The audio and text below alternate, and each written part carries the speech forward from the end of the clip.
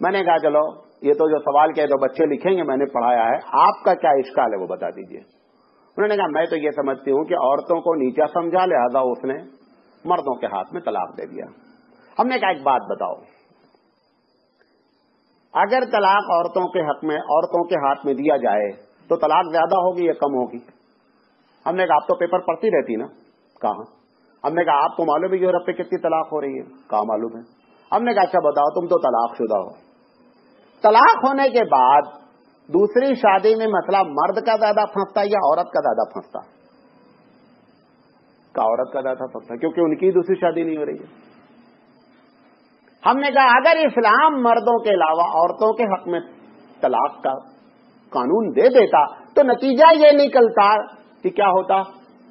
طلاقیں اتنی زیادہ ہوتی اور اس کے بعد دوسری شادی ہونا ایک مسئلہ ہے۔ تو اس نے احسان کیا کہ اس چاقو کو اس کے ہاتھ سے لے لیا۔ ایک بچے کے ہاتھ میں چاقو ہے، چاقو 10 روپے کا ہے، میں نے دیکھا، میں نے کہا بیٹا چاقو لاؤ۔ اب اس کے باپ صاحب آئے گا، مولانا صاحب 10 روپے کا چاقو آپ برداشت نہیں کرتے کہ لیا، کھیلتے رہنے دینا چاہیے تھا۔ یہ باپ جو ہم سے سوال کر رہا ہے اچھا سوال ہے، اس کو ہم کا احسان ماننا چاہیے کہ مولانا آپ نے چاقو اس کے ہاتھ سے لے لیا ورنہ یہ خود کاٹ لیتا۔ یہ کہنے کا انداز نہیں کہ مولانا 10 روپے کا چاقو آپ برداشت نہیں کر سکتے، اگر لیا تو کھیلتے رہنے دیجیے۔ بھائی وہ کوئی کھلونا تو نہیں تھا، وہ اپنے آپ کو نقصان پہنچا لیتا۔ تو لفظ لینا تو برا لگ رہا ہے کہ لفظ طلاق لے لیا گیا حق، لیکن وہ چاقو تھا اس کے حق میں، لہذا یہ حق لیا گیا۔ تو اللہ کے رسول صلی اللہ علیہ وسلم نے جو قانون بنایا اس قانون میں اس بات کو ملحوظ رکھا کہ کسی پر ظلم نہ ہونے پائے، اور اس پر جو ہے وہ رحم کا مادہ رکھا گیا۔ تمام چیزوں میں ایک اور واقعہ آپ کو بتاتا ہوں اسی قانون کے بارے میں۔ عورتوں کے بارے میں ہے کہ عورتیں جو ہے وہ میک اپ کر کے باہر نہ نکلیں۔ یہ ایک الگ بات ہے کہ عورت گھر میں میک اپ نہیں کرتی، باہر ہی میک اپ کر رہی ہے آج کل۔ سب سے کم میک اپ گھر میں کرتی۔ کپڑا کون خریدتا؟ شوہر۔ پیسہ کون لگاتا؟ شوہر۔ گھر میں نہیں پہنتی، کس کو دکھلانے کے لیے؟ پیسہ اس کا خرچہ ہونا، آنکھ دوسرے سینکنا۔ بازار جائے گی، پارٹی میں جائے گی، وہاں پر دوسرے لوگ آنکھ سینکیں، تمہارا ہماری کتنی بدنصیبی ہے، پیسہ بھی خرچہ کرو، آنکھ دوسرے سینکیں۔ یہ ہمارا ماحول ہے۔ میک اپ کے لیے اجازت ہے شریعت میں، ایک آدھ دو چیزوں کو چھوڑ کر کے کہ وہ اپنے شوہر کے لیے کرے میک اپ، ہمیشہ میک اپ باہر کے لیے کر رہی۔ میں پڑھا رہا تھا کہ اسلام دین فطرت ہے، اس کے قانون بڑی رحمت والے ہیں۔ تو 12ویں کلاس کی ایک بچی بنگلہ دیش کی تھی، بڑی شارپ۔ اس نے کہا سر آپ کی ساری تقریر ہم نے سن لیا، ایک ہفتہ سے تو ہمارا دماغ چاٹ گئے کہ Islam is a natural religion, Islam is a natural religion. ہم نے کہا میرا ایک سوال ہے۔ ہم نے کہا آسک می، پوچھو کیا پوچھنا ہے۔ اس نے کہا دیکھو میں جوان لڑکی ہوں، ویری فرینک، میرا دل چاہتا ہے میں میک اپ کروں، باہر جاؤں، اٹریکٹ لگوں، یہ میرا نیچر ہے، اور اسلام از اے نیچرل ریلیجن، اسلام میں فطری مذہب، اس کو قانون بنانا چاہیے تھا کہ تم میک اپ کر کے باہر جاؤ، اس نے منع کر دیا تو کیا تمہارا اسلام ہوا؟ ہم نے کہا دیکھو اگر اس نے سوال کیا نا تو حقیقت یہ ہے کہ ہم فیوز ہو گئے،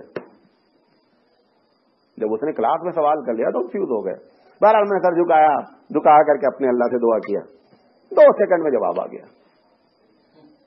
ہم نے کہا بیٹا جواب آ گیا، کہا بتائیے سر۔ ہم نے کہا یہ بتاؤ تمہاری شادی ہو جائے، تمہارا شوہر بازار جائے سامان لانے، وہاں پر ایسی اٹریکٹ کرنے والی ہزاروں لڑکیاں بازار میں گھوم رہی ہیں، تمہارے شوہر کو اٹریکٹ کر لیں، اب بتاؤ تم کو کیسا لگے گا؟ تم چاہتے ہو کہ تمہارا شوہر وہاں سے سیف واپس آوے یا پھنس کر واپس آوے؟ کہا سر کوئی نہیں چاہتا اپنے۔ ہم نے کہا تمہارے شوہر کو سیف کرنے کی کوئی ترکیب ہی نہیں تھی، شوہر کو سیف کرنے کی یہی ترکیب تھی کہ مارکیٹ میں اٹریکٹ والی لڑکیاں موجود نہ ہو تاکہ تمہارا شوہر سیف رہے۔ تو اگر اس نے منع کیا اس میں بھی رحمت۔ بعض لڑکے سوال کرتے ہیں، آج کل تو بوائے فرینڈ گرل فرینڈ ایک نام بات ہو گئی ہے، خاص کر فرام 10 to MA۔ میں تو علی گڑھ مسلم یونیورسٹی تک دیکھا، اور بھی یونیورسٹی میں تو بیٹھے ہوئے ہیں 2 آدمی بات کر رہے ہیں۔ وہ لڑکے نے ایک سوال کیا اسی محفل میں، کہا سر اس کا کیا جواب ہے؟ ہمارا دل چاہتا ہے ہم لڑکیوں سے گھلیں ملیں بات کریں، آپ کا اسلام اس قانون کو منع کرتا ہے، یہ کیسی رحمت اس کی ہے؟ ہمارا جو نیچر تھا اس کے تحت قانون ہونا چاہیے تھا۔ ہم نے کہا دیکھو تمہارا نیچر جو ہے نا، چلو تمہاری شادی ہو رہی ہے، میں کہتا ہوں اس لڑکی سے شادی کر لو، بڑی اچھی لڑکی ہے، 10 بوائے فرینڈ اس کے رہ چکے ہیں، اب تم کو شوہر کے حیثیت سے رہنا چاہتی ہے، شادی کرو گے؟ کہا سر کون شادی کرے گا؟ ہم نے کہا تمہارے لیے سیف لڑکی اللہ کہاں سے پیدا کرے؟ اگر یہ قانون بنا دے کہ صاحب بوائے فرینڈ گرل فرینڈ جائز ہے اور تمہارا نیچر یہ ہے کہ ہم کو معصوم لڑکی چاہیے، اور معصوم لڑکی مارکیٹ میں کہاں سے آئے گی؟ اسلام نیچرل ریلیجن ہے، تمہاری فطرت کو مد نظر رکھتے ہوئے قانون بنایا ہے کہ یہ girl friend boy friend system غلط ہے، یہ رحمت الہی ہے، یہ رحمت محمد صلی اللہ علیہ وسلم ہے کہ جو کیونکہ یہ تمہارا جو کیریکٹر ہے بوائے فرینڈ گرل فرینڈ بنانے والا، یہ کیریکٹر لمیٹڈ ٹائم کے لیے ہے. جب شادی کے والا کیریکٹر آپ کی لاسٹ دن تک جانا ہے، تب تو آپ چاہ رہے ہیں کہ ایسی شادی ایسی لڑکی سے ہونا کہ جو بڑی ہی معصوم بچی ہو، کسی لڑکے سے بات ہی نہیں کی ہو تو بہت اچھا ہے. یہ حضرت روز بات کر کے آویں، وہاں والی جو آو بغیر بات کی آوے، ایسا کیسے؟ اور یہ بھی بتا دیں لڑکوں کو جن کی شادی نہیں ہوئی ہے، بہت خطرناک بات کرنے جا رہا ہوں، بی کیئرفل. اگر ہم نے گرل فرینڈ بنا رکھا ہے، ہماری بیوی بھی جو ملے گی وہ بوائے فرینڈ بنا چکی ہے. کیوں معلوم؟ یہ اللہ تعالیٰ کا انصاف ہے. اچھے کو اچھا دینا، برے کو برا دینا. یہ کون سی بات ہوئی کہ اچھے کو پھنسا دے برے سے، برے کو پھنسا دے اچھے سے؟ تو قرآن مجید کہتا ہے نا، الخبیثون للخبیثات، بدمعاش لوگوں کے لیے بدمعاش عورتیں ہیں.